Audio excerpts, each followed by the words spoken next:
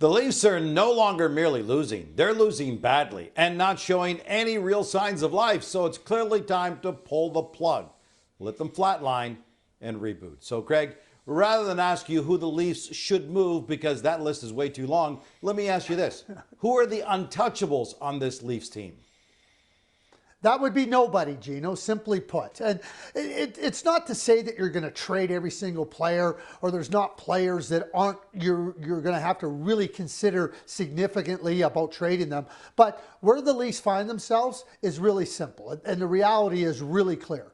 You're not a contender. You're not close to being a contender. You're not going to be a contender next year. So open up your minds, open up your phone lines to hearing what other teams may be ready to offer you for any number of your players. And even if you think about Matthews and Nylander, Nylander has a longer term contract, Matthews has 2 years after that. If you ask yourself the serious question, can we be a contender next year? Can we be a contender the year after?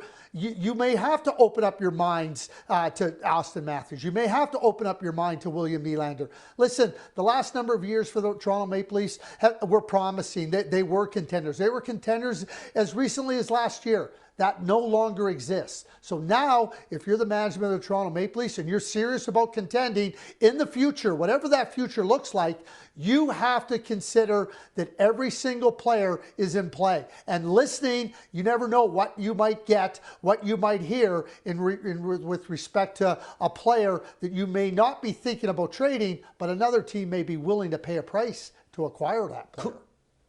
Could not agree with you more. I want to go down the path of Willie Nylander. You bring him up, you bring up Austin Matthews as well. Let me talk about Willie Nylander. For the Leaf fans who say, no way, we would never want to lose Willie Nylander, let me ask you this question, Greg. As a guy who did pick up the phone for years and try to put those deals together, tell a Leaf fan what you could turn a Willie Nylander into so it's not just what you're losing, but what he could bring you potentially in return in your rebuild, your retool, whatever you want to call it.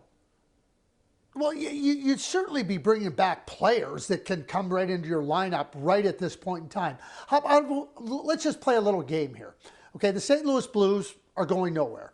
They have players that they're considering trading. Robert Thomas is a really good player. So would the St. Louis Blues consider trading Robert Thomas for William Nylander? You could make a case that that's a really good trade. Robert Thomas has term left on his contract, a really good, strong two-way center, not having a great year. But that is something now that you have to contemplate, you have to consider. Listen, if you want to go down the path of prospects, you look at a team that has a plethora of prospects, some draft picks, because the Leafs don't have a deep prospect pool, and they certainly don't have a lot of draft picks in the years to come. So that's another path you could look at. That's looking at your future longer term. But I think those are two scenarios that when you're talking about William Nylander specifically, there's no question the return would be significant and should be significant. If you did pull the trigger on something that big, does it then speed up your rebuild? Because then all of a sudden you get multiple assets or picks and prospects to accelerate your retool when you're sacrificing somebody of that kind of stature. Is that what this would be all about, is accelerating the rebuild? Because right now, as it stands, you don't really have picks and prospects to deal away. So I love you've used two words here. You've used retool and you've used rebuild. There's no such thing as a fast rebuild. And if you're doing a rebuild, then you got to look at it realistically and understand what it means. So you're not going to accelerate a rebuild because there's just no quick way to do it. Now, if you're talking about a retool and you're looking at the Toronto Maple Leafs in this regard, they have some really good players. Like every team in this league has 5, 6, 7 really good players. It takes a lot more than that to win. You need the players behind them. So if you're looking at the prospects and draft picks, that's longer term. That's more on the rebuild side. If you're looking at the retool, then if you're considering trading William Nylander, you're going to have to look at getting multiple players back. And they might not be of the same ilk as a Robert Thomas, but you're going to have to look at more quantity than rather than maybe the one-for-one, quality-for-quality change of scenery point of view.